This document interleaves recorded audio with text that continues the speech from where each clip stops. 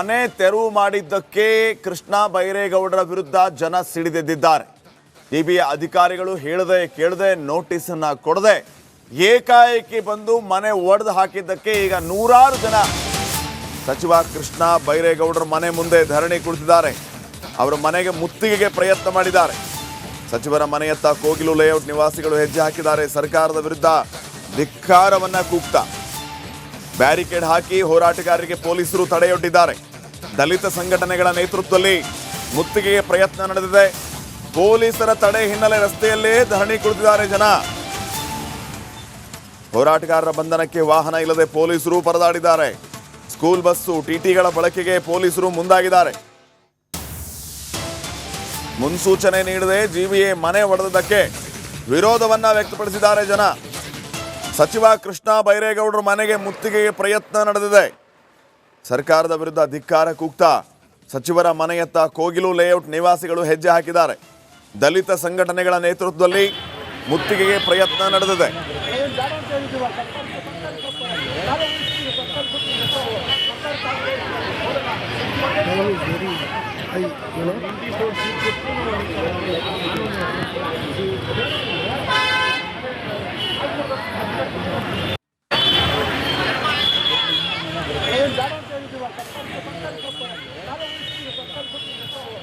ನೋಡಿ, ಈ ರೀತಿ ಹೋರಾಟಗಾರರು ಮುತ್ತಿಗೆ ಹಾಕುವಂತಹ ಪ್ರಯತ್ನ ನಡೆದಿತ್ತು. ಈ ಸಂದರ್ಭದಲ್ಲಿ ರಸ್ತೆಯಲ್ಲಿಯೇ ಪೊಲೀಸರು ಪ್ರತಿಭಟನಾಕಾರರನ್ನ ತಡೆಯುವಂತಹ ಕೆಲಸಕ್ಕೆ ಮುಂದಾಗಿದ್ದಾರೆ. ಈ ಟೈಮ್ನಲ್ಲಿ ಹೋರಾಟಗಾರರ ಬಂಧನಕ್ಕೆ ವಾಹನವೂ ಇಲ್ಲದೆ ಪೊಲೀಸರು ಪರದಾಡುವಂತಹ ಪರಿಸ್ಥಿತಿ ನಿರ್ಮಾಣ ಆಯಿತು. ಹೀಗಾಗಿ ಕಂಡ ಸ್ಕೂಲ್ ಬಸ್ ಟಿಟಿಗಳ ಬಳಕೆಗೆ ಪೊಲೀಸರು ಮುಂದಾಗಿದ್ದಾರೆ. ಸಚಿವ ಕೃಷ್ಣ ಬೈರೇಗೌಡರ ಮನೆಗೆ ಮುತ್ತಿಗೆಗೆ ಪ್ರಯತ್ನ ಪಟ್ಟಂತಹ ಪ್ರತಿಭಟನಾ ನಿರತರು ಸರ್ಕಾರದ ವಿರುದ್ಧ ಧಿಕ್ಕಾರ ಕೂಗ್ತಾ ಸಚಿವರ ಮನೆಯತ್ತ ಹೆಜ್ಜೆ ಹಾಕಿದ್ದಾರೆ. ಸಚಿವರ ಮನೆಗೆ ಮುತ್ತಿಗೆ ಹಾಕೋದಕ್ಕೆ ಪ್ರಯತ್ನ ಮಾಡಿದ್ದಾರೆ. ಈ ಸಂದರ್ಭದಲ್ಲಿ ಈ ಎಲ್ಲ ಸಂಘಟನೆಯವರನ್ನ ಕೋಗಿಲು ಲೇಔಟ್ ನಿವಾಸಿಗಳನ್ನ ರಸ್ತೆಯಲ್ಲೇ ತಡೆಯುವ ಕೆಲಸ ಆಗಿದೆ. ಇವರ ಆಕ್ರೋಶಕ್ಕೆ ಕಾರಣ ಇಷ್ಟೇ, ಜಿಬಿಎ ಅಧಿಕಾರಿಗಳು ಮುನ್ಸೂಚನೆಯನ್ನೂ ನೀಡದೆ ನಮ್ಮ ಮನೆಗಳನ್ನು ಒಡೆದು ಹಾಕಿದ್ದಾರೆ ಅಂತ. ಇದೇ ಈಗ ವಿರೋಧಕ್ಕೆ ಕಾರಣ ಆಗಿದೆ. ಸಚಿವರ ಮನೆಯಿಂದಲೇ ನೇರ ಸಂಪರ್ಕದಲ್ಲಿ ನಮ್ಮ ಪ್ರತಿನಿಧಿ ಅಭಿಷೇಕ್ ನೇರ ಸಂಪರ್ಕದಲ್ಲಿ. ಅಭಿಷೇಕ್, ಏನು ನಡೀತಾ ಇದೆ ಸದ್ಯಕ್ಕೆ? ಏನೆಲ್ಲ ಅಪ್ಡೇಟ್ಸ್ ಕೊಡ್ತೀರಿ?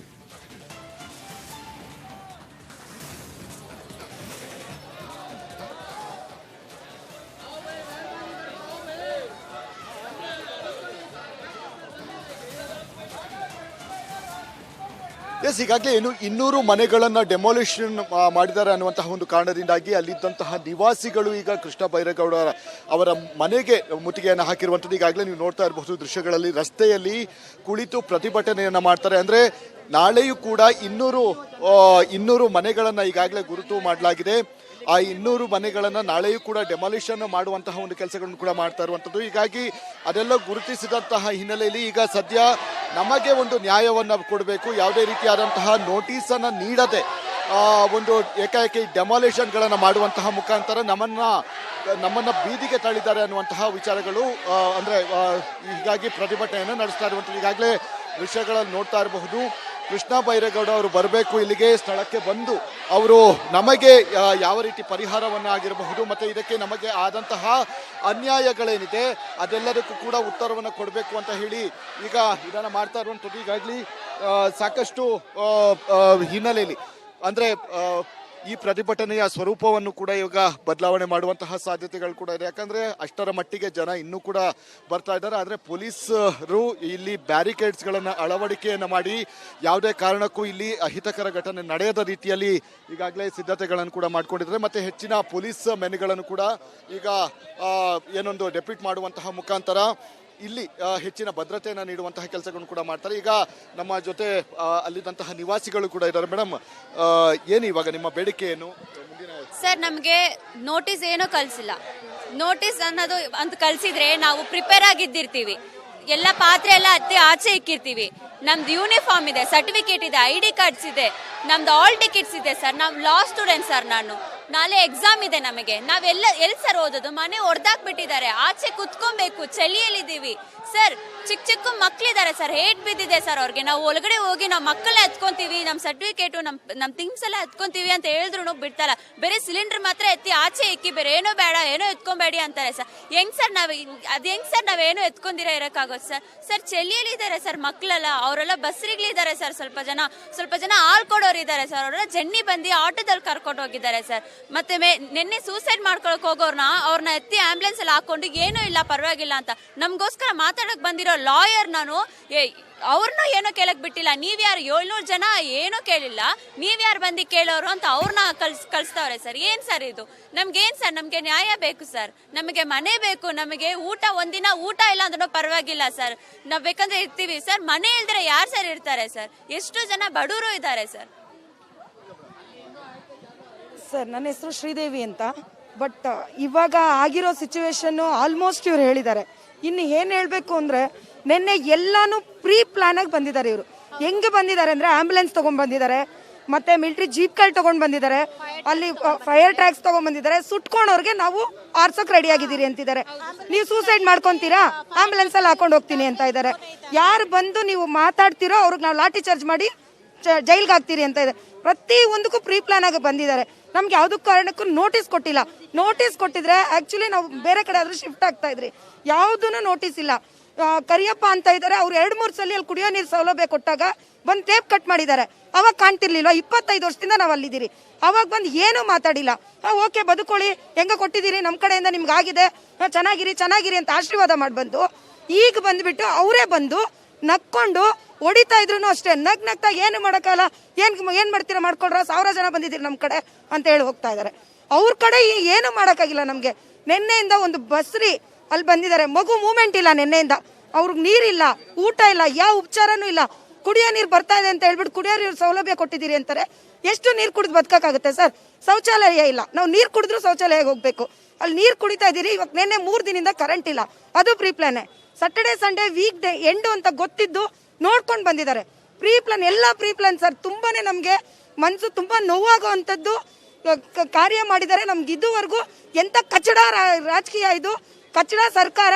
ನಿಜವಾಗ್ಲೂ ಹೇಳ್ತಿದ್ದೀರಿ, ಅವ್ರಿಗೆ ಇವಾಗ್ಲೂ ಅಷ್ಟೇ, ಇನ್ನು ಮುಂದಕ್ಕೂ ನಾವು ಧಿಕ್ಕಾರ ಆಗ್ತಾನೆ ಇರ್ತೀರಿ. ಇಲ್ಲೇನ್ ಬಂದಿದ್ದಾರೆ, ಇವಾಗ ಹೋಗಿ ನೀವು ಅಲ್ಲೇ ವಾಸ ಮಾಡಿ, ನಾವು ನಾಳೆ ಬಂದು ಮೀಟ್ ಮಾಡ್ತೀನಿ ಅಂತಿದ್ರೆ ಆಗಲ್ಲ. ನಾವ್ ಇಲ್ಲೇ ಮಲ್ಕೊಂತೀರಿ, ನಾವ್ ಇಲ್ಲೇ ಇರ್ತೀರಿ. ಕೆಲ್ಸಕ್ಕೆ ಹೋಗಕ್ಕೆ ಅಂತ 6 o'clock ಮಾರ್ನಿಂಗ್ ರೆಡಿ ಆಗ್ತಾ ಇದೀರಿ. ಬಂದು ಏನ್ ಮಲ್ಗಿರೋರ್ನು ನೋಡ್ತಾ ಇಲ್ಲ, ಕಣ್ಣಾಪರೇಷನ್ ಆಗಿರೋರ್ನು ನೋಡ್ತಾ ಇಲ್ಲ, ಬಾಣ್ತಿನೇ ನೋಡ್ತಾ ಇಲ್ಲ. 2 ದಿನ ಬಾಣ್ತಿ ಸರ್ ಆಟೋದಲ್ಲಿ ಬಂದಿದ್ದಾರೆ, ಜನ್ನಿ ಆಗಿದೆ ಅವರಿಗೆ. ಯಾರು ನೋಡ್ತಾರೆ? ಅವ್ರನ್ನೂ ಏನು ನೋಡಿಲ್ಲ, ಹೇಳ್ದೆ ಬಿಡ್ತಾ ಇದಾರೆ. ಸಿಲಿಂಡರ್ ಮಾತ್ರ ಯಾಕೆ ಎತ್ತಿಡಿ ಅಂತಿದ್ದಾರೆ. ಯಾಕೆ ಅವ್ರ ಸೇಫ್ಟಿನ? ಬ್ಲಾಸ್ಟ್ ಆಗ್ಬಿಟ್ರೆ ಅವರು ಹೋಗ್ಬಿಡ್ತಾರಲ್ಲ. ನಮ್ಗೇನಿಲ್ಲ, ಬರೀ ಸಿಲಿಂಡರ್ ಮಾತ್ರ ಎತ್ತೀಚೆ ಇಟ್ಕೊಂಡಿದ್ದಾರೆ. 10 ಜನ ಮಿಲಿಟರಿ ತೂರ್ತಾ ಇದಾರೆ, ಎಳ್ದಿ ಬಿಸಾಕ್ತಾ ಇದಾರೆ. ನಮ್ಗೇನು ಫೆಸಿಲಿಟಿನೇ ಇಲ್ಲ ಸರ್ ಅಲ್ಲಿ. ದಾಖಲೆ ಏನಾದ್ರು ಇದೆಯಾ ನಿಮ್ಮ ಹತ್ರ? ಇದೆಯಾ ಪ್ರಾಪರ್ ದಾಖಲೆ ಇದೆ. ಅದನ್ನ ದಾಖಲೆ ನಮ್ಗೆಲ್ಲ ಒಂದೊಂದು ಜೆರಾಕ್ಸ್ ಕೊಟ್ಟಿದ್ರು ಅವರು. 94cc ಫಾರ್ಮು ಜೆರಾಕ್ಸ್ ಕೊಟ್ಟಿದ್ದಾರೆ. ಮತ್ತೆ ಅವ್ರ ಹತ್ರ ಇರೋ ದಾಖಲೆ ಒರಿಜಿನಲ್ ಇಟ್ಕೊಂಡು ನಮ್ಗೊಂದು ಜೆರಾಕ್ಸ್ ಕೊಟ್ಟಿದ್ದಾರೆ. ಮೀಟರ್ಗಳಿಗೆ ಇವಾಗೆಲ್ಲ ಮಾತಾಡಿ ಮೀಟರ್ಗಳು ಕೊಟ್ಟಿದ್ದಾರೆ, ಕಂಬ ಕೊಟ್ರು, ಲೈಟ್ ಕೊಟ್ರು, ಎಲ್ಲ ಒಂದೊಂದೇ ಮಾಡ್ಕೊಂಡು ಬರ್ತಾ ಇದ್ದಾರೆ. ಕ್ಯಾಮ್ರಾನು ಇಟ್ಟಿದ್ದಾರೆ, ಏನಾರ ಕಳ್ತನ ಆದ್ರೆ ಅಂತ ಹೇಳಿ ಎಲ್ಲಾನು ಮಾಡಿ. ಈ ಲಾಸ್ಟ್ ಮೂವ್ಮೆಂಟ್ ಅಲ್ಲಿ 25 ವರ್ಷದಿಂದ ಮಾಡ್ದಿರೋಂತ ಕೆಲಸ ಸೆಕೆಂಡ್ ಅಲ್ಲಿ ಮುಗಿಸೋಗಿದ್ದಾರೆ. ಯಾಕೆ ಮಾಡಿದ್ರ ಕೆಲಸ? ಯಾಕೆ ಮಾಡಿದ್ರು? ಯಾರು ನಿಮ್ಗೆ ಏನ್ ಬಂದು ಹೇಳಿದ್ದಾರೆ? ಅದ್ ನಮಗ್ ನ್ಯೂಸ್ ಏನು ನೀವು ಕೊಡ್ತಲೇ, ನೀವು ಇಮಿಡಿಯೇಟ್ ಆಗಿ ಬಂದು ನಿಮ್ ಕೆಲಸ ನೀವು ಮಾಡ್ಕೊಂಡು ಹೋದ್ರೆ ಯಾರು ಇದ್ ಮಾಡ್ತಾರೆ ಹೇಳಿ? ಏನೋ ಗ್ಯಾಸ್ ಬಂಕ್ ಆಗುತ್ತಂತೆ, ಅದೇನೋ ಗ್ಯಾಸ್ ದೇನೋ ನಾವು ಕಾರ್ಪೊರೇಷನ್ ಮಾಡ್ತೀರಿ. ಎಸ್, ನೀವು ಕಾರ್ಪೊರೇಷನ್ ಮಾಡ್ತೀರಿ ಅಂದ್ರೆ ಏನಿದೆ? ನೀವು ದಾಖಲೆ ತೋರಿಸಿ. ನಾವು ದಾಖಲೆ ತೋರಿಸಿದ್ರೆ ಬಿಸಾಕ್ತಾ ಇದ್ದಾರೆ. ಇದೆಲ್ಲ ಪೇಪರ್ಗಳು, ಏನು ಇಲ್ಲ ಅಂತ ಬಿಸಾಕ್ತಾ ಇದ್ದಾರೆ. ನಿಮ್ಗೆ ಒರಿಜಿನಲ್ ಬೇಕಂದ್ರೆ ನೀವು ಒರಿಜಿನಲ್ ಕೇಳಿ. ಅದನ್ನ ಕೇಳ್ದಲ್ಲ ನೀವು 700 ಮೆಂಬರ್ಸ್ ಬಂದ್ಬಿಟ್ಟು ನೀವು ಯಾರನ್ನ ಬೇಕಾದ್ರು ಏನ್ ಬೇಕಾದ್ರು ಮಾಡ್ತಾ ಇದ್ರೆ ಯಾವ ತರ ಹೇಳಿ? ಯಾರು ನೋಡ್ತಾರೆ? ಅಲ್ಲ ಸರ್, ನ್ಯಾಯಕ್ಕೆ ಹೋಗ್ಬೇಕು ಅಂದ್ರೆ ಈ ಪೊಲೀಸ್ ಅವ್ರ ಹತ್ರನೇ, ಆರ್ಮಿ ಅವ್ರ ಹತ್ರ, ರಾಜಕೀಯರ ಹತ್ರನೇ ಹೋಗ್ತೀವಿ ನಾವೆಲ್ಲ. ಅವುಗಳೇ ನಾಯಿಗಳು ಹೇಳ್ದ ಹಾಕ್ತಾ ಇದ್ದಾರೆ. ಯಾರ ಹತ್ರ ಹೋಗ್ಬೇಕು ನಾವು? ಓಟ್ ಹಾಕಿ ಗೆಲ್ಸ್ಕೊಂಡಿದ್ದು ನಮ್ಮನ್ನು ನೋಡ್ತಾರೆ ಅಂತಾನೆ ತಾನೆ. ಅಲ್ಲಿಗೂ ನೋಡ್ತಾರೆ ಅಂದ್ರೂ ಸರಿ. ನಾವು ನೀರು ವ್ಯವಸ್ಥೆ ನಾವು ಮಾಡ್ಕೊಂಡ್ವಿ, ಚರಂಡಿಗಳ ವ್ಯವಸ್ಥೆ ನಾವು, ವಾಶ್ರೂಮ್ಗಳದ್ದು ನಾವು ಮಾಡ್ಕೊಂಡ್ರಿ. ಅದರಲ್ಲೂ ಬಂದು ಕಿತ್ಕೊಳ್ಳೋ ಅಷ್ಟು ಏನಿದೆ ನಿಮಗೆ? ಬಡವ್ರದೇ ಸರ್ಕಾರ ಅಂತ 100 ಸತಿ ಕೂಗ್ತಿರಲ್ವಾ? ಏನು ಇವರೆಲ್ಲ ಬಡವರಲ್ಲ? ನಿಮ್ದಿರೋ ಸರ್ಕಾರ ಇರೋವ್ರಿಗೆ ಸರ್ಕಾರ. ನೀವು ಒಳ್ಳೆ ಕೆಲಸ 100ರಲ್ಲಿ 10 ಮಾಡಿದ್ರೆ 10 ಆ ಬ್ಯಾನರ್ಗಳಿಗೆ ಹಾಕೋ ಬ್ಯಾನರ್ಗಳಿಗೆ ದುಡ್ಡು ಒಬ್ರು ಬಡವ್ರದ್ದು ಮನೆ ಜೀವನ ನಡೆಯುತ್ತೆ ಗೊತ್ತಾ? ಅದೇ ಬ್ಯಾನರ್ಗಳ ದುಡ್ಡು, ಜೀವನ ನಡೆಯೋ ದುಡ್ಡಲ್ಲಿ ಇವರೆಲ್ಲ ದುಡ್ಕೊಂಡು ಮಾಡ್ಕೊಂಡ್ರೆ ಅದರಲ್ಲೇ ಕಿತ್ಕೊಂಡು ತಿಂದ್ರೆ ನಿಮ್ಗೇನು ಬರುತ್ತೆ? ಅಟ್ಲೀಸ್ಟ್ ಇಷ್ಟೊಂದು ಇದೆ ಅಲ್ವಾ, ಇಷ್ಟೊಂದು ಬಡವ್ರಿಗೋಸ್ಕರ ಮಾಡ್ತೀರಾ ಅಂತೀರಲ್ಲ, ಅವ್ರ ಬಡವ್ರಿಗೋಸ್ಕರ ಜಾಗ ಕೊಟ್ರೆ ನಿಮ್ದು ಏನಾಗುತ್ತೆ? ಏನೇನು ಹೋಗುತ್ತೆ? ಬಡವ್ರಿಗೋಸ್ಕರ ಸರ್ಕಾರ ಅಂದಮೇಲೆ, ಬಡವ್ರಿಗೋಸ್ಕರ ಮಾಡಿಲ್ಲ ಅಂದಮೇಲೆ ಇನ್ನೇನಕ್ಕೆ ಬೇಕು ಸರ್ಕಾರ? ನಮ್ಮ ಮನೆಗೆ ಊಟಕ್ಕೆ ತಂದು ಹಾಕ್ತೀರಾ, ದುಡ್ದಾಗ ಹಾಕ್ತೀರಾ? ಯಾರಿಲ್ಲ. ನಮ್ಮ ಗಂಡ ಹೆಂಡತಿ ಮಕ್ಕಳು ದುಡಿದ್ರೇನೆ ಮಕ್ಳಿಗೆ ಒಂದು ಹೊತ್ತು ಊಟ ಹಾಕೋದು. ಅದನ್ನು ಹಾಕಕ್ಕೂ ಚಾನ್ಸ್ ಇಲ್ದಿರ, ಊಟ ಹಾಕಕ್ಕೂ ಚಾನ್ಸ್ ಇಲ್ದಿರ ಮನೆ ಬೀಳ್ಸಾಕ್ಬಿಟ್ಟು ಹೋಗ್ತಾ ಇದ್ರೆ ಯಾರನ್ನ ಕೇಳೋಣ? ಅಟ್ಲೀಸ್ಟ್ ನೀವು ಒಂದ್ ದಿನ ಇಲ್ಲ, ಇಡೀ ದಿನ ಇಲ್ಲ, ಪ್ರೆಗ್ನೆಂಟ್ ಮಕ್ಕಳು, ಮರಿ, ಅಜ್ಜಿ, ತಾತ ಎಲ್ಲರೂ ರೋಡ್ ಮೇಲೆ ಒಬ್ಬರಾದ್ರೂ ಬಂದು ಕೇಳಿದ್ದೀರಾ ನಿಮ್ಮ ಪರಿಸ್ಥಿತಿ ಏನಾಗಿದೆ? ಅಯ್ಯೋ ಹಿಂಗಾಗಿದೆ, ಸರಿ ಆಯ್ತು, ಏನೋ ಒಂದು ಮಾಡೋಣ ಪ್ಲಾನ್ ಆಗಿ, ನಿಮ್ಗೇನೋ ಗೊತ್ತೇ ಇಲ್ವಾ ಬೀಳಿಸ್ತಾರೆ ಅಂದ್ಬಿಟ್ಟು? ಗೊತ್ತಿಲ್ದಿರಾನೆ ನೀವು ಆರ್ಮಿ ಅವ್ರನ್ನ, ಪೊಲೀಸ್ ಅವ್ರನ್ನ, BBMP ಅವ್ರನ್ನ 700 ಜನನ್ನ ನಿಲ್ಸಿದಿರಲ್ಲ, ನ್ಯಾಯಕ್ಕೆ ಒಬ್ಬನಾದ್ರೂ ನಿಲ್ಲಿಸ್ತೀರಾ ನೀವು? ಇಷ್ಟು ಜನ ನ್ಯಾಯಕ್ಕೆ ಇದೀರಲ್ಲ, ಒಬ್ಬರಾದ್ರೂ ನ್ಯಾಯಕ್ಕೆ ಬಂದ್ರ?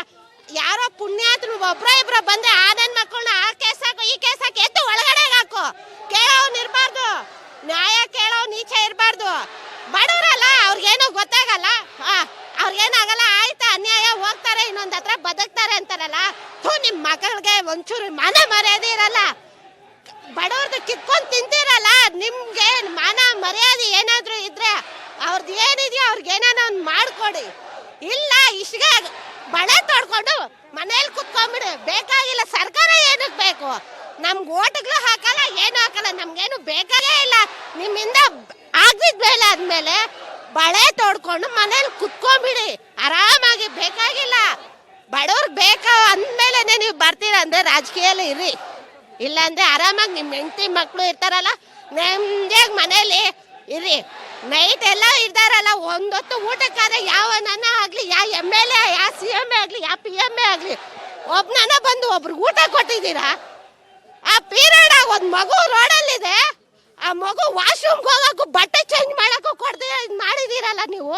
ಹೊಟ್ಟೆಗೆ ಅನ್ನ ತಿಂತೀರಾ, ಏಲ್ ತಿಂತೀರಾ ನೀವು? ಒಬ್ರಿಗನ್ನ ನಿಯತ್ತಿಲ್ವಾ? ಕಾಲ್ ಹಿಡ್ಕೊಳ್ರಿ ಸರ್, ಕಾಲಲ್ಲಿ ಹಿಂಗೆ ಒತ್ತಿ ಏನೇ ಹೋಗ್ರಿ, ಎಲ್ಲನ್ನ ಹೋಗ್ಕೊಳ್ರಿ. ಇವ್ರ ಅಪ್ಪನ ಆಸ್ತಿಯಿಂದ ಬಂದಿದ್ದಾರೆ ಅಂದ್ರೆ ಗೌರ್ಮೆಂಟ್ ನಮ್ಮ ಆಸ್ತಿನೇ ಅಲ್ವಾ? ಅದೇನ ನಾವೇನೋ ಅಕ್ರಮ ಮಾಡ್ಕೊಂಡು 5-6 ಬಿಲ್ಡಿಂಗ್ಗಳು ಕಟ್ಕೊಂಡು ಡ್ಯೂಟಿಗೆ ಆಫೀಸ್ಗಳು ಮಾಡ್ಕೊಂಡಿದ್ರೆ ನೀವು ಕಿತ್ಕೊಳ್ಳಿ ನ್ಯಾಯ. ₹1 ಇಲ್ಲ ಅಂದವರಿಗೆ ಅವರು ಒಂದು ಮನೆ ಕಟ್ಟಬೇಕಂದ್ರೆ 1 ವರ್ಷ ಸರ್, 1 ವರ್ಷ ಕಟ್ಟಬೇಕು ಒಂದು ಮನೆ ಕಟ್ಟಕ್ಕೆ. ಇರೋನ್ಗೇನು ತಗೊಂಡು ಕಟ್ಬಿಡ್ತಾನೆ, ಆ ವರ್ಷದಲ್ಲಿ ಕ್ಲೀನ್ ನೀವು ತಗೊಂಡು ಕಟ್ಟಿದ್ರೆ ಸರ್, ಒಂದೇ ಒಂದು ದಿನದಲ್ಲಿ ನೀವು ನ್ಯಾಲ್ಮಟ್ಟ ಮಾಡಿಬಿಟ್ರೆ 3 ದಿವಸ ನಿಂತ್ಕೊಂಡ್ರೆ ಎಲ್ಲ ಹೋಗ್ಬಿಟ್ಟಿದೆ. ಒಬ್ಬಮ್ಮ ಆಟ ಆಡಕ್ಕೆ ಬಂದು ಬಿದ್ದೋಗ್ಬಿಟ್ಟಿದ್ರೆ ಹಾಕ್ಕೊಂಡೋಗ್ರಿ, ಆಂಬುಲೆನ್ಸ್ ಇದೆ ಅಲ್ಲ ಹಾಕ್ಕೊಂಡೋಗ್ರಿ. ಒಂಚೂರನ್ನ ಮಾನವೀಯತೆ ಬೇಡವಾ? ಒಂಚೂರನ್ನ ನೀವು ಯಾರನ್ನ ರೋಡಲ್ಲಿ ಹೋಗಿರೋ ಬಿದ್ರೇನ ಅಯ್ಯೋ ಪಾಪ ಅಂತೀರಿ? ಇಂಥವ್ರಿಗೆಲ್ಲ ನೀವು ಅನ್ಯಾಯ ಮಾಡ್ಕೊಂಡು ಏನು ಉದ್ಧಾರ ಆಗ್ತೀರಾ? ಏನು ಇದು ಮಾಡಿ 20 ವರ್ಷದಿಂದ